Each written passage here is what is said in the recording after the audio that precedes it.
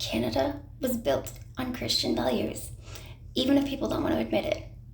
And the freedom Christianity created is now being used by groups who don't play by the same rules. Something people seem to forget is that Christian nations were the first to protect freedom of conscience, freedom of speech, freedom of religion, freedom of assembly, the idea that the government can't dictate your beliefs.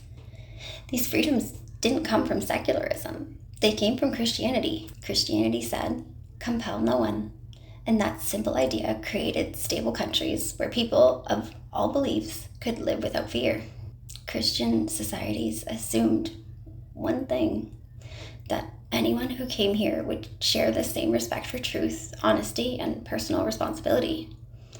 That was the deal, an implicit social contract, not a literal agreement. You're free, but you also have to respect the values that built that freedom. And here's where everything started to break down, because not every culture treats truth the same way Christians do. Not every moral or political system treats truth as an absolute moral obligation. It's just a fact. It's not meant to offend anybody. For Christians, honesty is moral. Lying is sin. Truth is sacred.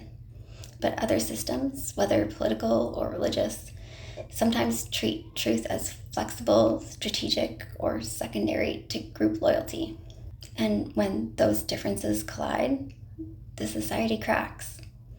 You can't have 20 different worldviews all expecting the system to bend to their rules. You can't have identity-based politics, tribal voting blocks, and cultural enclaves all pulling in separate directions.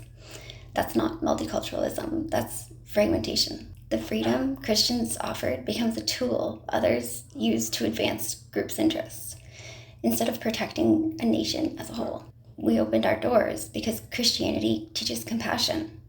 We allowed people to worship freely because Christianity teaches mercy.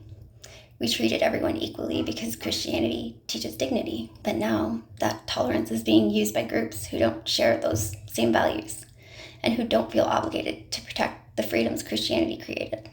A society can survive differences. What it can't survive is a complete collapse of the values that hold it together. Freedom without truth becomes manipulation. Freedom without morality becomes chaos. Freedom without shared culture becomes division. And if we don't return to those values that built this country, honesty, personal responsibility, boundaries, and truth, Canada won't survive the next generation. Christianity created the freedom everyone enjoys today. But unless people start respecting the foundation that built this nation, that freedom will disappear and we won't get it back.